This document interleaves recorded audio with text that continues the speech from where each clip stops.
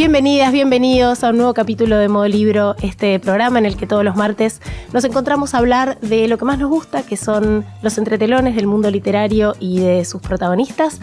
Vamos a tener el Snack Nerd, de esas palabras que van y vienen, que le damos la despedida y le damos la bienvenida. Vamos a tener, como todos los martes, gracias a la gente amiga del Grupo Planeta, un sorteo. Esta vez es de una autora que me encanta, es una autora suiza que escribe en italiano, Fleur Jaeggy se llama, y son dos novelas bastante crípticas, bastante diferentes a lo que recomiendo en general, así que ya mismo pueden comentar aquí abajo en el video de YouTube y van a estar participando por un sorteo del ejemplar. Quien nos convenza, nos conmueva, diga no puedo vivir sin conocer esta nueva narrativa, bueno, quizás tiene más chances de llevarse el libro. Y esto es Modo Libro, empieza así. Modo Libro. Un cuarto propio. Con escritores sin cassette.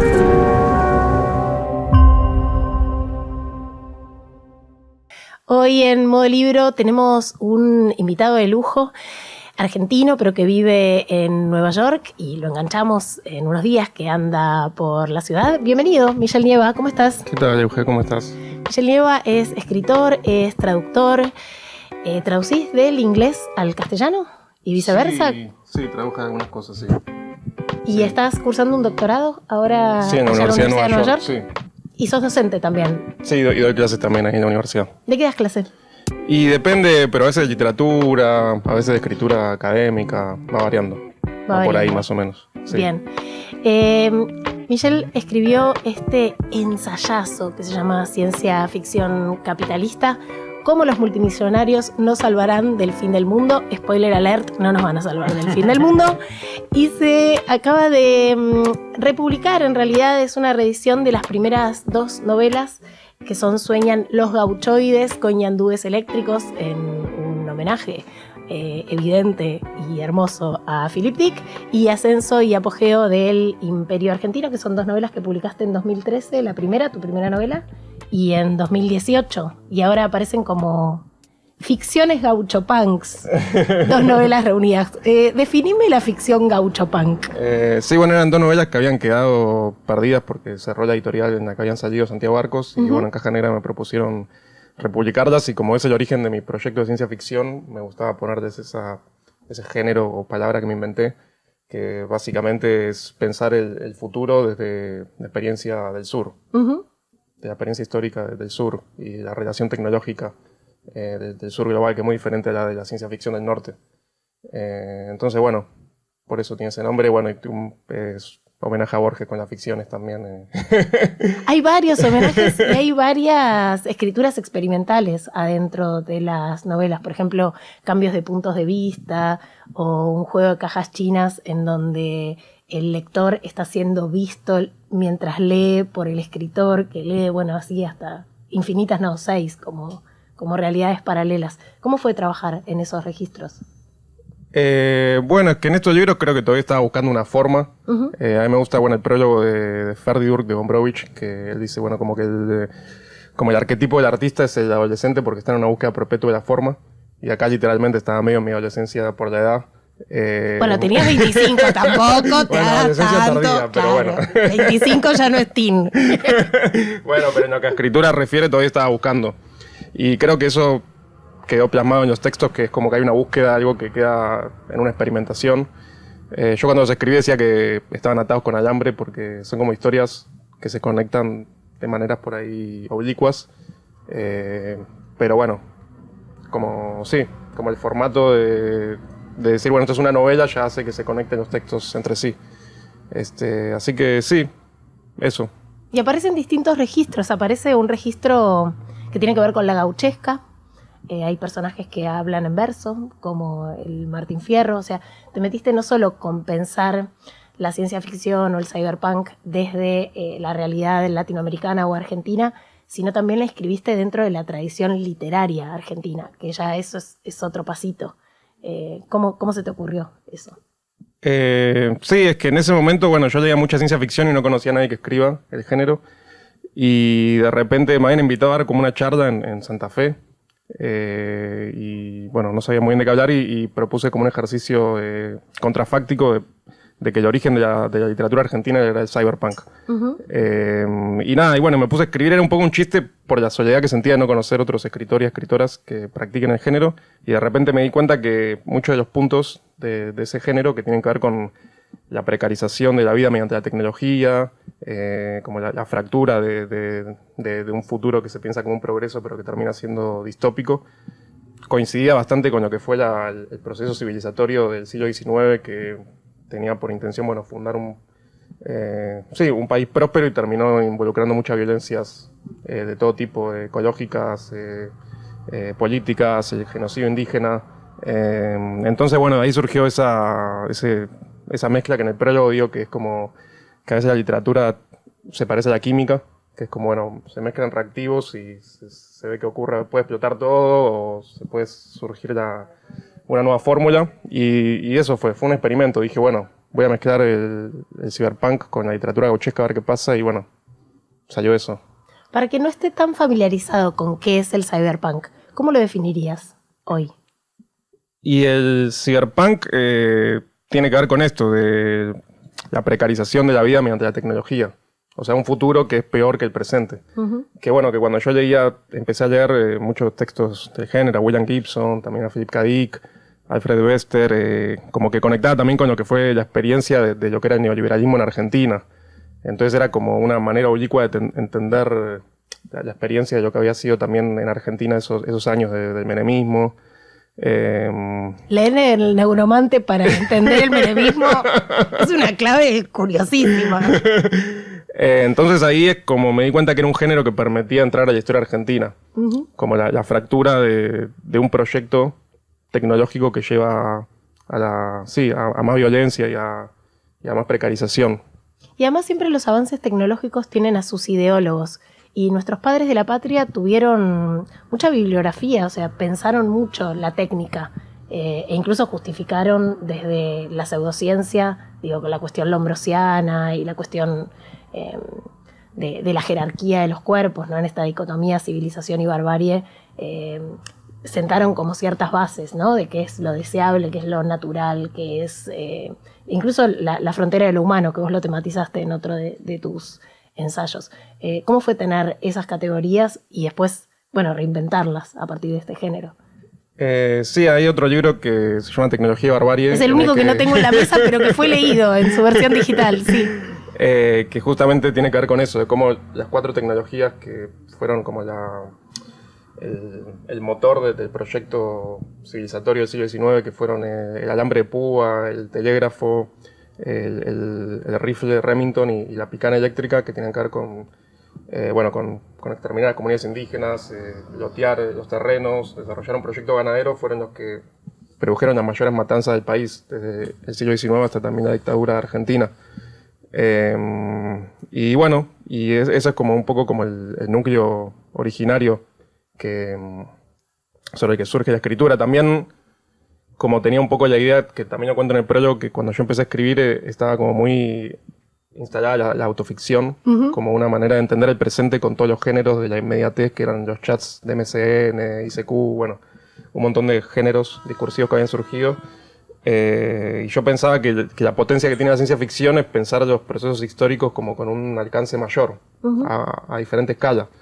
Y también como juntar el futuro con el pasado me permitía como pensar también el presente. Entonces me gustaba ese experimento de, bueno, juntar la especulación hacia un futuro muy adelante con el pasado, a ver cómo eso servía para entender el presente.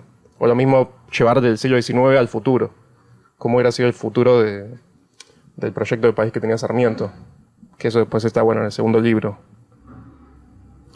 ¿Y cómo crees que la ciencia ficción influye en el horizonte de posibilidades de la ciencia? O sea, pregunta, si Julio Verne no hubiera escrito 20.000 leguas de viaje submarino, ¿los que desarrollaron los submarinos los hubieran desarrollado en ese tiempo? Porque lo tenían dentro del imaginario, ¿o hubieran desarrollado otra técnica? ¿Cuál es la conversación que se da dentro de del universo de posibilidades, de lo pensable? ¿Qué brinda la ciencia ficción a la ciencia? Claro, bueno, justamente en el libro este, Ciencia Ficción Capitalista, cuento que los primeros desarrollos de submarinos se basaron en el submarino Nautilus que había desarrollado Verne. Y bueno, el origen de ese libro en realidad fue como lector de ciencia ficción, ver cómo estos personajes como Elon Musk o Zuckerberg o Jeff Bezos construían todas esas narrativas fantásticas de viajar a otros planetas, de lograr la inmortalidad, de la inteligencia artificial en general, mediante como estéticas que eran de la ciencia ficción. Uh-huh. Entonces un poco ahí surgió esta idea que es como una lectura, como un lector de ciencia ficción de esos proyectos tecnocorporativos. Y ahí fui para atrás y me encontré con que en realidad hay toda una historia de la colaboración entre la especulación de la ciencia ficción y la ingeniería astronáutica también, por ejemplo. En el caso de Verne, H.G. Wells, también hay otro ruso, Tsiolkovsky, que fue muy influyente. Después, bueno, el fundador de la NASA, Wernher von Braun, también, como leía a otro escritor, a Kurt Laswitz, que es un escritor alemán de ciencia ficción, que es como el H.G. Wells alemán. Entonces, bueno, la ciencia ficción, al no estar atada a las limitaciones materiales, permite una especulación más allá de esos límites. Y hay, en toda la época de lo que se llama la Edad de Oro de la ciencia ficción, está esta idea de que la ciencia ficción tiene que predecir el futuro técnico. Uh-huh. Entonces, bueno, ahí se empieza a dar esta colaboración. Que a mí me interesaba también pensando, bueno, cómo son estas personas como lectores de ciencia ficción. O sea, cómo es Elon Musk como lector de ciencia ficción. ¡Qué miedo me da Elon Musk como lector de ciencia ficción, Dios mío! O los ingenieros astronáuticos de la NASA. O sea, ¿qué pasa con el género cuando eso se vuelve tan importante que ya es innegable como un capítulo más de la historia de la ciencia ficción? O sea, ya no se puede escribir ciencia ficción sin tener en cuenta que estos personajes produjeron sus narrativas corporativas leyendo ciencia ficción. Estos personajes de Silicon Valley. Entonces el libro también es un poco una perplejidad, bueno, qué hacer como escritor de ciencia ficción con este nuevo capítulo de la ciencia ficción, que es su aplicación a los proyectos más siniestros del capitalismo. ¡Qué responsabilidad! ¡Qué miedo! Que por favor Elon Musk no lea La infancia del mundo, que es la novela de Michel Nieva, en donde pensás una distopía que quizás para algunos es utopía, ¿no? Esto de colonizar otros planetas para hacer un poco lo que hicieron con este planeta, que dentro de la plataforma de SpaceX, de Elon Musk, está el hecho de la colonización de Marte, que cuando yo leía, vos en Realismo Capitalista transcribís algo. Ese de Mark Fisher. No. El mío es ciencia ficción capitalista. Ah, cierto, es verdad. Pero hay un juego. Es verdad, claro, bueno. Me traicionó el homenaje. Claro, porque estás parafraseando el texto. Claro, porque el título trata de pensar, bueno, como un momento posterior de que Mark Fisher llama realismo capitalista, como un espíritu nihilista de que es más fácil imaginar el fin del mundo que el fin del capitalismo, que ocurre cuando el capitalismo ya imagina cómo continuar cuando el mundo no exista. Y bueno, y eso es como, ahí surge esa relación con Mark Fisher, por eso se llama así el libro. Bueno, yo a lo que iba, que en tu libro, en Ciencia Ficción Capitalista, en algún momento transcribís una de las premisas de SpaceX, que es emigrar a otros países, a otros planetas, dado que este planeta como que tiene fecha de vencimiento, ¿no? Y de la manera que lo plantea, que es quedarse en la Tierra y eventualmente extinguirse o transformarse en una civilización espacial. Y cuando yo lo leí, digo, esto yo ya lo leí en otro lado, y es que lo leí en Sueñan los androides con ovejas eléctricas de Philip Dick, porque es el presente de la novela de Dick, en donde los que no pueden emigrar de la Tierra se quedan en un lugar absolutamente polucionado, digo, que es incluso difícil vivir en esas condiciones. Vos ya me dijiste que crees que la ciencia ficción influye en los imaginarios científicos, pero ¿por qué crees que la narrativa de estos nuevos capitalistas se ampara tanto en estas, en algún punto en estos delirios de la ciencia ficción? Digo, para legitimar sus proyectos. Algo que es bastante impensado fuera de esta época, ¿no? En estos últimos 10, 15 años. Claro, y yo creo que la conexión es, bueno, un poco el motor mitológico de esta época es la fetichización de la tecnología. Uh-huh.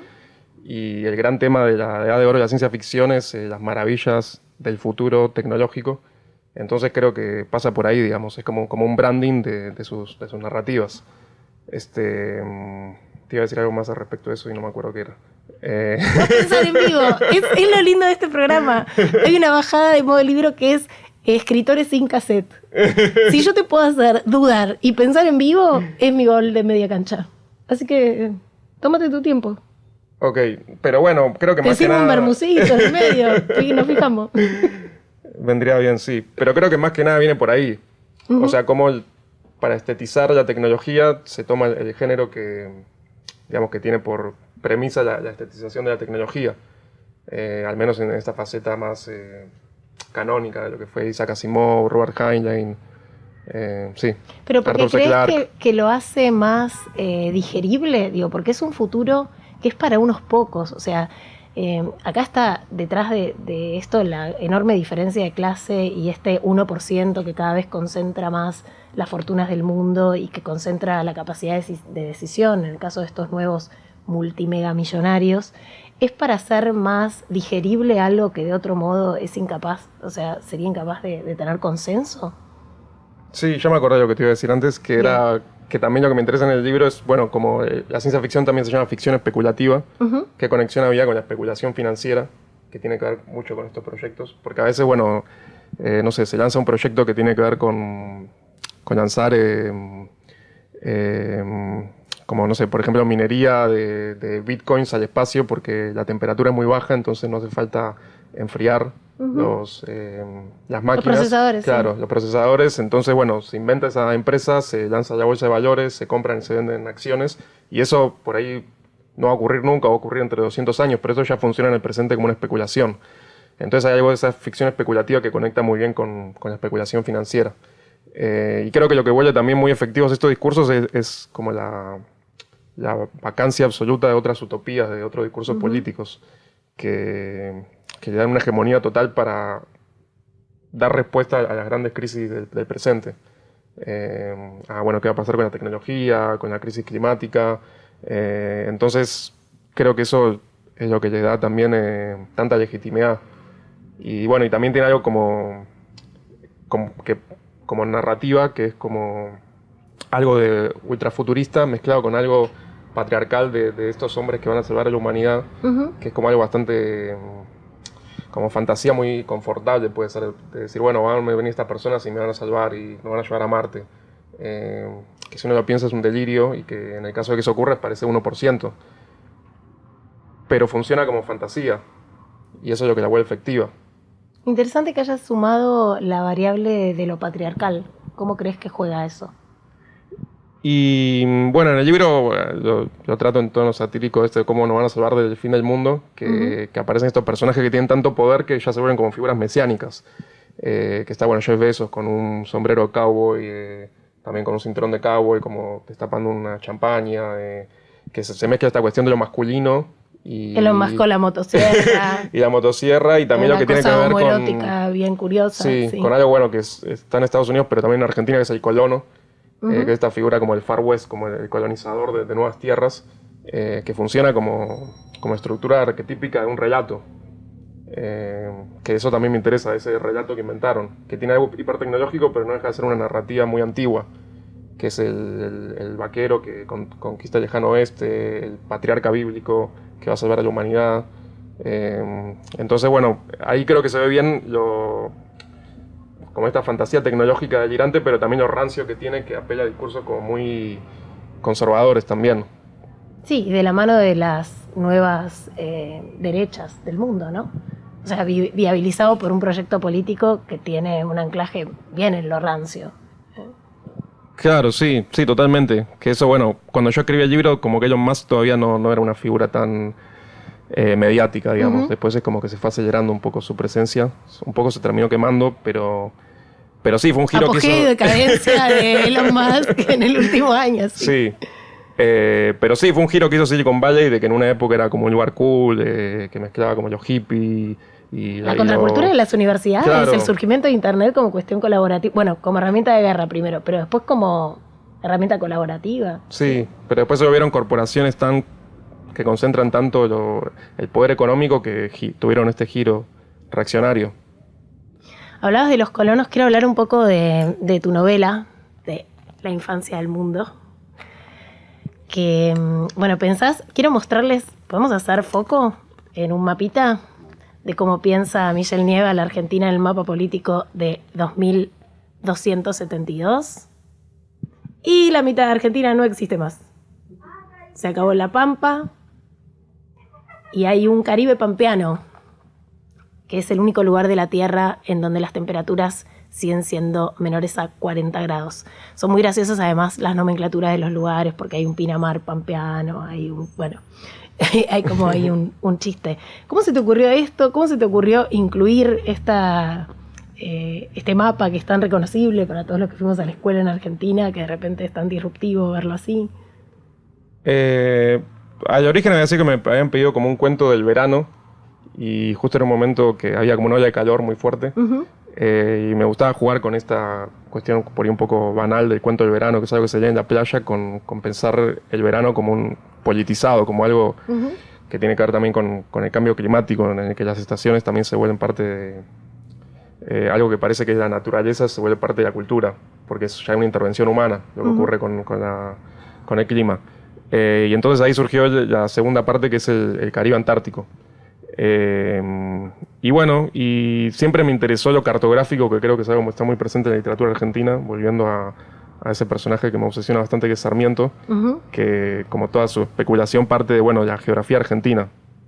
Cómo escribir esta geografía que está por narrar, y cómo va a determinar esa narración la materialidad misma de esta geografía.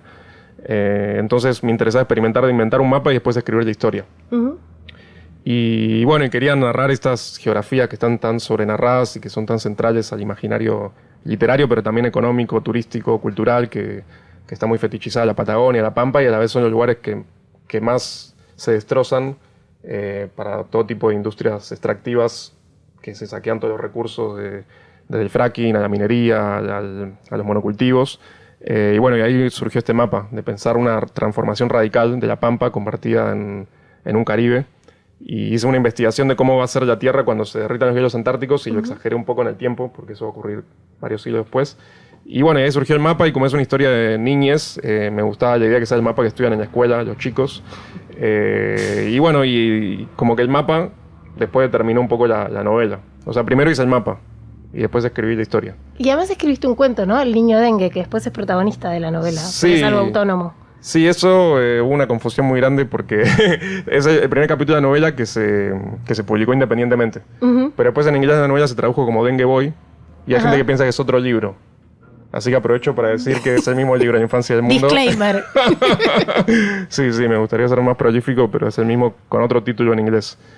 Dengue Boy y La Infancia del Mundo.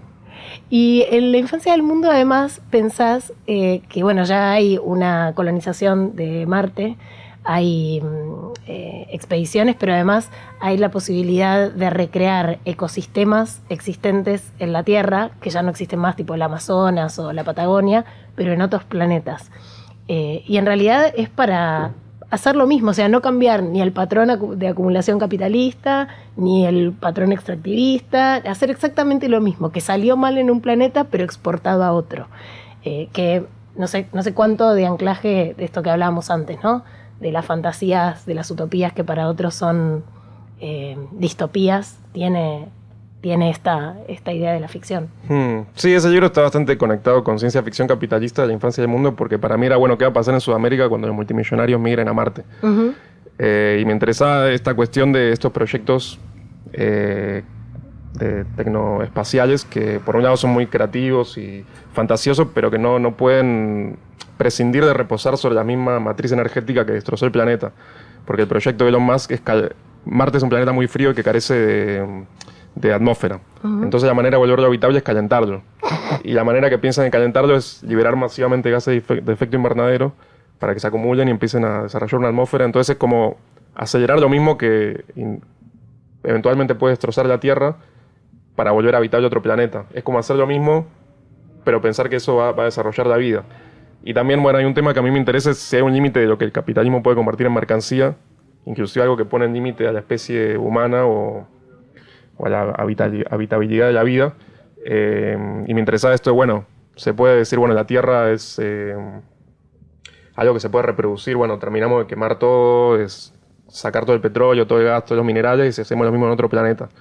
¿Se puede hacer eso o la Tierra tiene como una identidad propia que la vuelve de nuestra casa, si se quiere?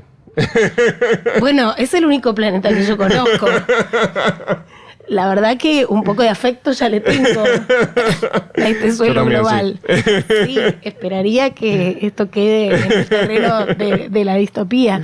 Igual vos antes decías, bueno, y volviendo a Mark Fisher, esta imposibilidad de pensar proyectos alternativos al modelo de producción capitalista y de redistribución, ¿no? Digo, porque tampoco han salido muy bien las utopías socialistas.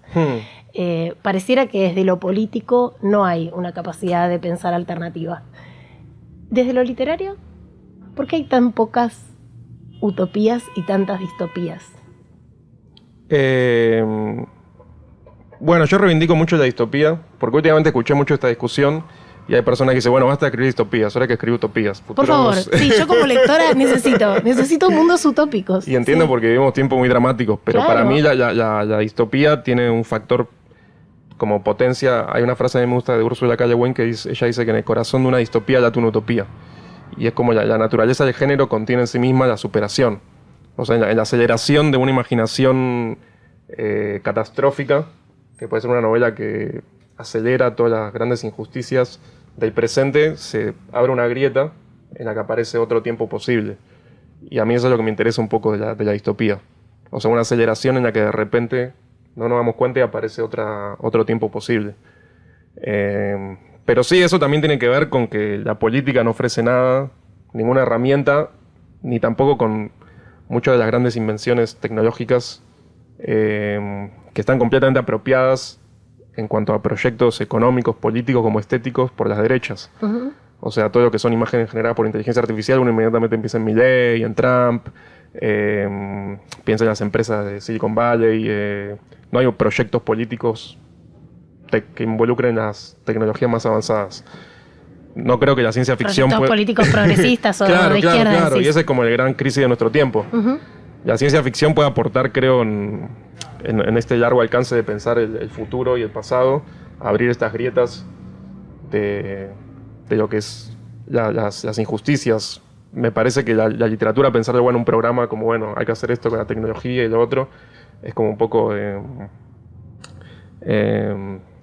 como... No sé si es la función de la... Sí, ¿por qué pedírselo a la literatura en última instancia? Sí. Pero creo que hay una urgencia por pensar nuevos proyectos que involucren la tecnología y otras maneras de hacer política. Que creo igual también que la ciencia ficción tiene algo que son el retrofuturismo, uh-huh. Que un poco el gauchopán, que es un retrofuturismo, que bueno, como apelar a otros proyectos perdidos en el basurero de la historia en la que se trató de pensar algo diferente. Que también pasa con el afrofuturismo, ¿qué hubiera pasado si no hubiera existido la esclavitud, por ejemplo? O qué otro proyecto hubiera sido posible. La ciencia ficción creo que permite esas fugas de un cirujeo de lo que quedó de las batallas perdidas de la historia. Uh-huh. Que hubiera pasado con, no sé, con muchos proyectos de la Revolución Rusa, de lo mismo del socialismo latinoamericanos. Ahora a mí me interesa particularmente eso. Uh-huh. Vos cuando pensás en los millonarios y la posible colonización espacial, lo vinculás con la colonización de América. Y en el mundo decís, bueno, son los pueblos originarios los que ya vivieron algo similar, porque vivieron un genocidio, porque vivieron un extractivismo violento, porque vivieron una pandemia por las enfermedades que desconocían y no tenían anticuerpos. Y hay que buscar ahí cierta respuesta. O sea, son ellos, creo que decís algo así, son ellos quienes saben o quienes tienen más herramientas para decirnos cómo lidiar con los tiempos presentes. ¿Me ampliás la idea? Sí, eso me lo criticaron bastante porque decían que era muy fantasioso, pero me interesaba tratar de buscar un pensamiento radical. Uh-huh. Que bueno, que esto que te comentaba, que es como el Jeff Bezos con este gorro de vaquero, que un poco que reactiva este mito del colono que conquista el lejano oeste, que tiene que ver como una extensión de lo que fue el equivalente a la conquista del desierto en Estados Unidos. Hay uno de estos ingenieros, Gerard K. O'Neill, que es como uno de los pioneros de la colonización espacial, que dice, bueno, cuando lleguemos al espacio lo bueno es que no va a haber que matar ni un solo indio. Entonces es como que el proyecto capitalista, que en su origen dependió de esa expropiación originaria del trabajo barato, que fue el trabajo indígena o el trabajo esclavo que se trajo de África. Como que en esta fantasía de llegar a Marte, como que se llega a otro nivel, esta cuestión de la conquista. Entonces, retomaba una frase de Viveiro de Castro que dice, bueno, las primeras personas que vieron el fin del mundo fueron las comunidades indígenas, porque la conquista de América fue un fin de un mundo, con toda la destrucción que implicó la colonización. Entonces, como el único archivo que tenemos para pensar el fin del mundo es ese. Entonces, bueno, hay que escuchar también que esa historia que también tenía que ver, porque Viveiro de Castro esto lo decía durante la pandemia, que la conquista de América implicó también la pandemia de viruela, de tuberculosis. Entonces, bueno, como de repente quizá la única salida a este proyecto en el que parece no haber alternativa es seguir algo completamente diferente, que es las comunidades indígenas, que tienen otra relación con el ambiente, con el territorio, que no implica la propiedad privada, sino como una conexión de todas las vidas, en la que no hay una jerarquía de lo humano por encima de otra forma de vida. Entonces el libro, bueno, tiene esa apuesta de, bueno, volver también a muchos pensadores indígenas que están pensando esto ahora, como Ailton Krenak, por ejemplo. Y entonces, bueno, como el lado B de la colonización. O sea, si la conquista de Marte es como una reversión de la conquista de América, entonces hay que volver a esa historia también para pensar una alternativa. Eso era un poco lo que estaba en esa parte del libro. ¿Cómo influye el hecho de que tu familia paterna tiene antepasados indígenas? En Catamarca te escuché decir algo así en una entrevista. ¿Cuál es tu vínculo con las comunidades indígenas? Sí, eso fue un poco lo que me llevó a reflexionar sobre lo indígena en Argentina, que es algo que está como muy eliminado como en el mito de lo argentino, a partir de la historia de mi familia paterna, que tiene origen de Aguita. Y bueno, que también pasa que muchas personas, como no hay mucho archivo de esas historias, como es algo que se trató de ocultar, por ocultar los idiomas.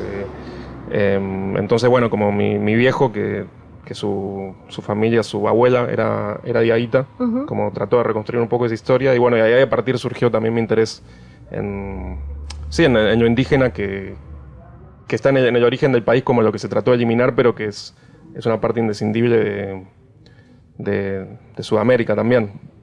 ¿Venís de una familia en la que se leía? ¿Cómo es tu vínculo con la literatura? Tu inicial vínculo con la literatura, no el actual. Bueno, mi mamá es psicoanalista, y en mi casa había libros de psicoanálisis. No había tanto de literatura. Entonces, lo primero que empecé a leer fue psicoanálisis. Y ahí, bueno, eso me introdujo en la lectura. Después llega a la literatura. Que bueno, eran muy atractivos los títulos del libro de psicoanálisis. Y la interpretación de los sueños. La interpretación de los sueños, la sexualidad, mucho sexo, mucho joteo, claro. Yo pensaba, wow, ¿qué es mucho esto? Tabú. Y bueno, fui llegando por ahí. O sea, entré más por la teoría, se podría decir, que es algo que sigue estando en mi práctica de escritura. Y después estudiaste filosofía en la Universidad de Buenos Aires. Sí. No fue una experiencia muy estimulante, ¿no? Porque era un programa muy conservador, que había quedado de la dictadura. Casi no se leía nada de Marx, por ejemplo. ¿En filosofía era bueno se leía Marx? No, increíblemente. Sociales. En sociología te cansas de leer a Marx. Estaba pensado muy históricamente como, bueno, primero hay que leer a los presocráticos, después a Platón, después a Aristóteles, así después... Ya cuando tenías 40 años llegabas al presente. Sí, lo hice, no llegaba nunca. Y también estaba la idea de, bueno, la filosofía se hizo en Europa y acá vos estás en Argentina y no vas a hacer filosofía. Si te atreves a hacer algo parecido, sos un chamullero. Lo máximo que puedes hacer es glosar que dice el parágrafo 3.7 del Ser y Tiempo de Heidegger como un comentarista. Entonces, bueno, fue algo que nunca me gustó de la carrera. Y después, bueno, yo escribo ensayo y nunca pensé que sea filosofía, porque siempre pensé que la filosofía es lo que me quedó más marcado de la carrera, es que la filosofía se hace en Europa. Y yo no podía hacer filosofía.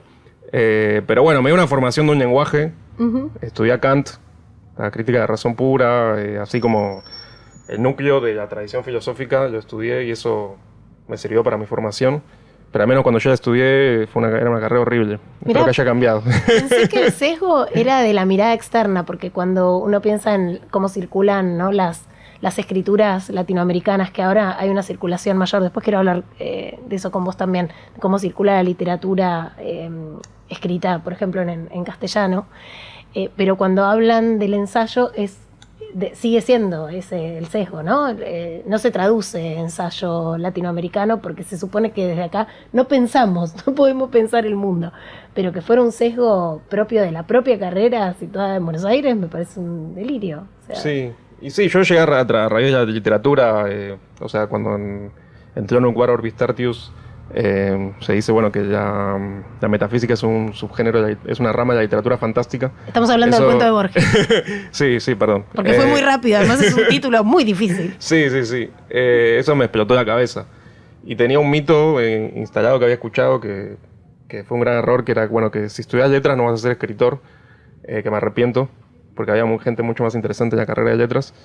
Y llegué pensando que iba a estudiar un subgénero de la literatura. Y bueno, era todo lógica, palito, chirimbolo, PQ.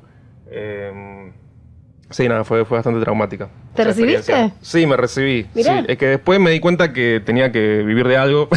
O sea, que ya había estudiado tantos años la carrera y no sé, el título me servía tampoco. Que me acuerdo que cuando yo empecé la carrera, la página web de filosofía, cuando decía tipo salida laboral, decía en construcción. Lo siento, esta parte de la página está en construcción. Pero bueno, dije, ya fue, empecé esta carrera, tengo que terminar, no sé, puedo ser investigador de CONICET, profesor, algo tengo que hacer, un trabajo más especializado que lo que estaba haciendo. Y bueno, la terminé por eso, pensando en lo laboral, a pesar de que estaba en construcción la página web. Pero sí, y después hice como un giro y me fui más a estudios culturales, no sé. Lo que hago acá en los ensayos. Sí, en los ensayos, sí. ¿Y por qué te fuiste a Estados Unidos? Bueno, había aplicado muchas veces a la beca de CONICET y no me salió. Era en un momento que acaba de asumir Macri y se habían bajado las becas, estaba la idea que se iban a bajar Me más. tocó un mal momento. Yo fui becaria con CONICET. Tocó un mal momento. Y conocí a gente que estaba allá, muy generosa, que me abrió las puertas. Un profesor que justo ayer me junté, que admiro mucho, Gabriel Giorgi. Él daba clases ahí y me dijo, bueno, aplicá y qué sé yo, por ahí entras. No sé. ¿Y funcionó? Y bueno, y apliqué y entré y era como el equivalente a una beca doctoral de CONICET, pero de esta universidad, de la Universidad de Nueva York. Hablemos un poquito del protagonista de La infancia del mundo, que es un delirio hermoso. Este niño dengue que en algún momento se descubre niña dengue porque si puede poner huevos y puede tener descendencia, entonces cambia de género. Que ahí resuenan, bueno, mi formación es de la sociología, pero resuenan las teorías queer, la teoría de Judith Butler, este género fluido y demás. No sé si tomaste en cuenta algo de eso a la hora de desarrollar el personaje. Sí, surgió por un error que es la mejor manera que me gusta cómo surgen las cosas, que el título hacía alusión al niño, el primer capítulo se llama El niño dengue, que hacía alusión al niño proletario de Osvaldo Lamborghini. Cuentazo. Vayan a internet que está suelto. Está el Fjord suelto y está el niño proletario. Uno de los cuentos más viscerales, más revulsivos, más provocadores de la literatura argentina, ¿no? Sí, es un autor que admiro mucho y me influyó mucho. Y bueno, la cuestión es que empecé a escribir el texto y investigué y me di cuenta que los mosquitos que pican son las hembras. Entonces no podía ser un niño. Entre paréntesis, esto es un gran spoiler de la novela, si alguien no la leyó, pero bueno, no creo en los spoilers. Yo tampoco creo en los spoilers, creo que el libro es mucho más que su trama, así que adelante. Y bueno, y ahí surgió esa peripecia de que el personaje se transforma en niña y en mi escritura también está un poco, creo que en los gauchoides, me interesa la masculinidad y los rituales de ingreso a la masculinidad.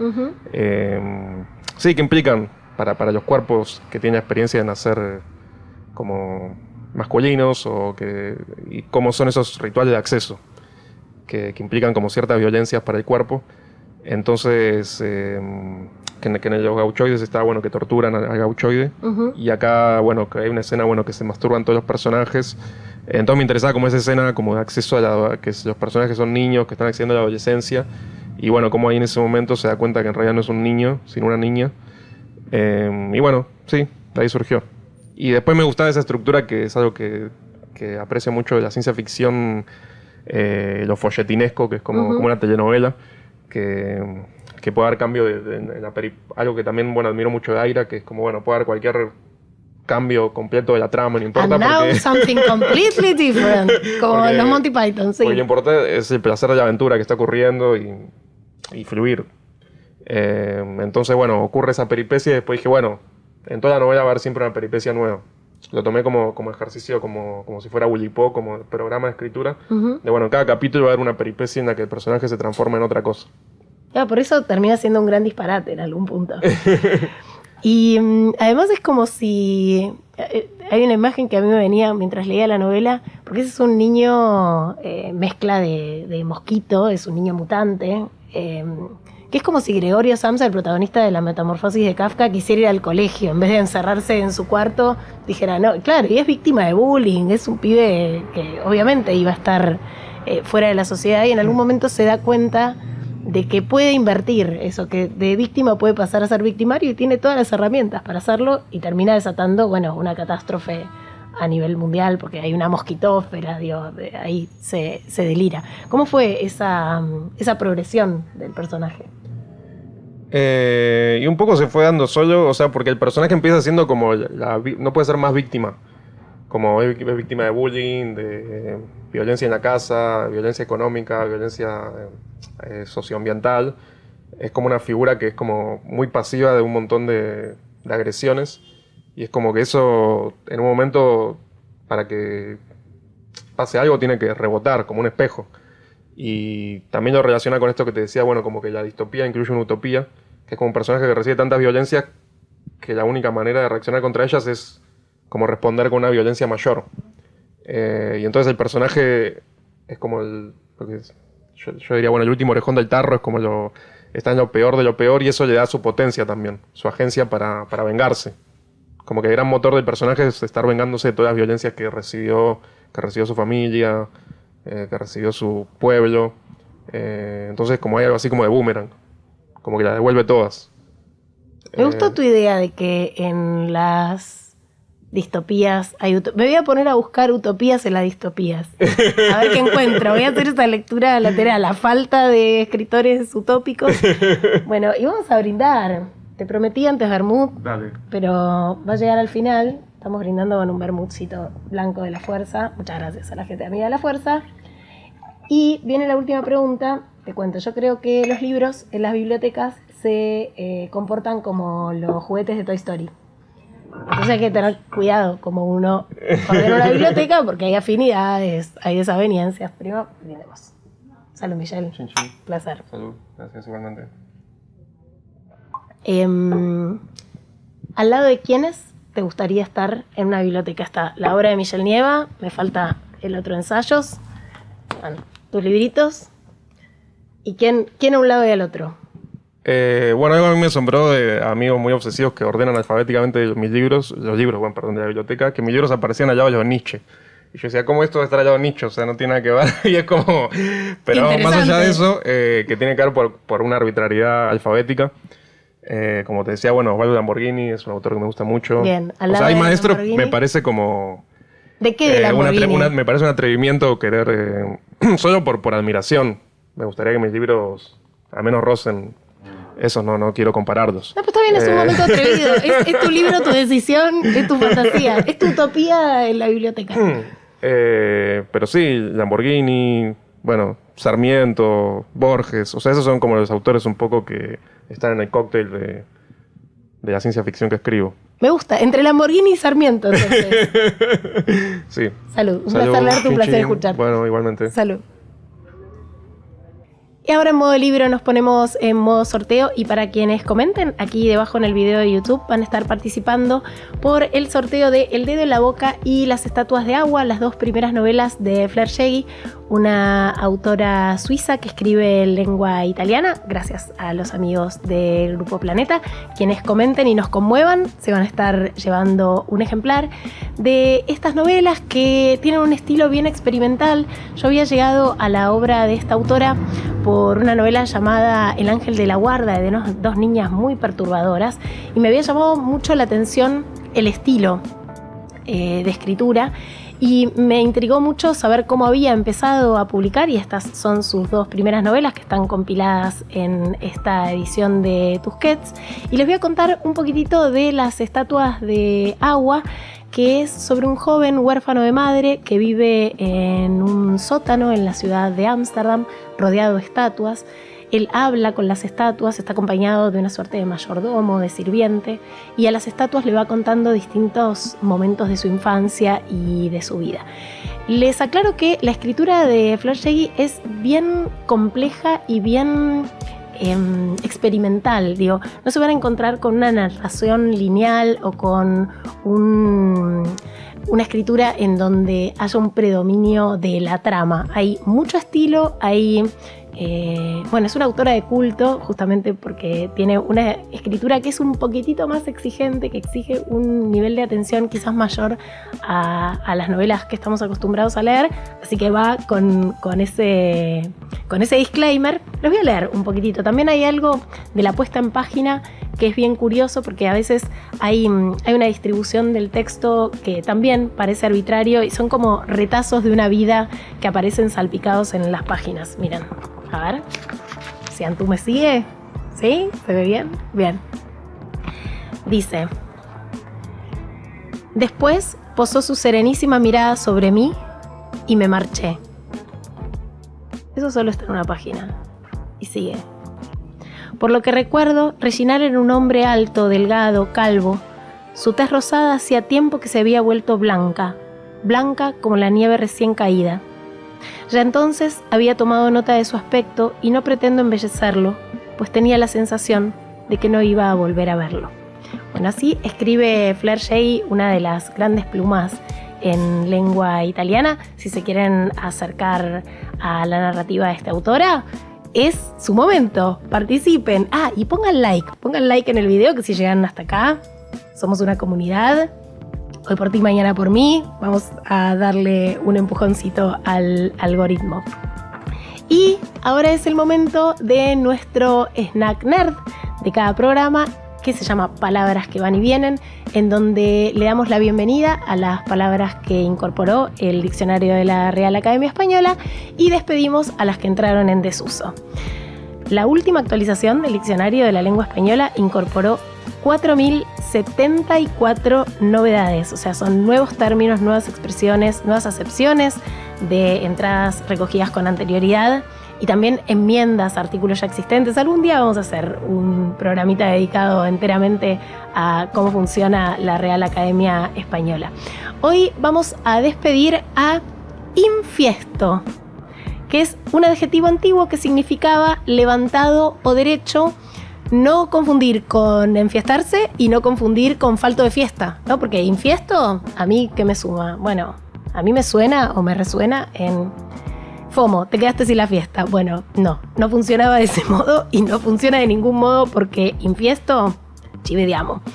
Y vamos a darle la bienvenida a pixelar, el verbo transitivo que se usa para decir que alteramos una imagen haciendo que se vea en píxeles grandes, poco nítidos. Y cuando le falla el wifi, cuando la cosa no funciona bien, que se empieza a pixelar y a abrir la imagen, de eso se trata. Bueno, ya está formalmente incorporada por la RAE. Antes de cerrar, le quiero agradecer esta pilcha del amor hermoso a la gente de Circo Diseños, que son acá vecinos del barrio de Almagro, están a 3 cuadritas de la radio, los pueden seguir en sus redes, Circo Diseños. Y se pueden dar una vuelta por Medrano 707, que es la librería de Futurock desde donde hacemos este programa, en donde está la gente de Les Croquants, que tienen un montón de cosas ricas para acompañar un cafecito, para dar vueltas en las bateas, husmear un poco en los libros y además comerse algo rico. Así que están acá de lunes a sábados de 9 a 19, bueno, los sábados de 10:30 a 18. Los pueden buscar en Instagram como @lescroquants. Hicimos este programa en producción Carolina Salvini y Paulina Cosi, en cámara Antu Martín, en operación de audio Orlando Gambini, en coordinación audiovisual Martina Bayur, coordinación general Lucía Suez, ediciones Futurock Leila Gamba. Yo soy Eugenia Sicabo y nos volvemos a ver el próximo martes con más Modo Libro. Pongan like.